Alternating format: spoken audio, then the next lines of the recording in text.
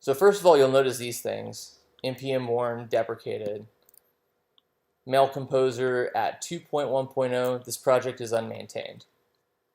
So they went into their code and they ran npm deprecate, which is a command you can run just like npm publish, and you can just put whatever message you want here. Whenever you see those, that's all that is. Someone ran npm deprecate and was like, I don't want to deal with it anymore. We could actually try to figure it out, right? So npm package mail composer, and I have no idea, right? This is a dependency of a dependency of a dependency. You can see there's this message up here that says this project is unmaintained. It was last published 2 years ago. And whoever this person is, right, didn't want to have to get bothered with issues and pull requests anymore, right, about this project. Now for us, we don't care because we actually lock our stuff down anyways. So I don't care if it's unmaintained. Frankly, the less you change it, the better, because that means I don't have to deal with it changing, right? So that's fine, we can ignore it. Unfortunately, there's no way to turn off these messages, which is why you still see them. And because it doesn't actually impact any aspect of using the Sails framework or any of our packages, it just hasn't been important at all.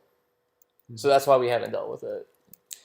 Similarly, you can read them all. CopyScript on NPM is now under a different package name. We want people to install this package instead, but we didn't. We installed this package and it works fine. Build mail, the project is unmaintained. Fine. Sprintf, the Sprintf package is deprecated in favor of Sprintf-js. Fine, but we're just going to stick with this one because we don't care, because we're locked to a specific version anyways. And if there are ever any problems or vulnerabilities or issues with that particular version, we're going to deal with them as part of maintaining our package, Sails. All right, same thing for the rest of these. So that's how deprecation messages work, and that's where they come from. Another thing you'll see when you're installing is stuff that looks like this, and sometimes it'll look like even more different, right? You'll notice if you ever installed the Sails SQL adapter, there's actually more stuff that gets dumped out by Oracle. All of it is just, it can be messages sometimes that are built into the install scripts of the packages we're installing, or in this case, this is a WebSocket related package, and it actually installs native code. Like it's compiling C code into assembly language. And in order to do that, it's like running some other tools. And that's all happening behind the scenes, and it's kind of harmless, it's just a little noisy. Okay, and then last but not least, you'll see this. And right now you can see it says there's 76 vulnerabilities, 66 low, 4 moderate, 4 high, and 2 critical. Now, if you've installed any NPM package ever, you've seen these probably. Well, the way that we manage this in Sails is when there's a new vulnerability, we look at it, we determine whether it is a vulnerability that is actually affecting a code path used by Sails or any of its dependencies or its dependencies, or its dependencies. And then we see if it matters to us, right? Let's see, for example, like there's a vulnerability, or there was for a while, in one of the tools for content negotiation of requests that Express uses, and therefore it impacted us as well. We determined that it didn't actually affect the code path that we're using in Sails or any of the methods that we expose for you to use in your application. And so we left it there because it doesn't actually matter and it's not a priority. All of the vulnerabilities that are there now are in that status, or there are new ones that we haven't looked at yet. And the way that we approach that is about once a month, we go on our own and we start checking to see if we can find any new security vulnerabilities that are a problem and directly affect us. But we also mostly rely on people from the community to point out key vulnerabilities that they think actually impact our code.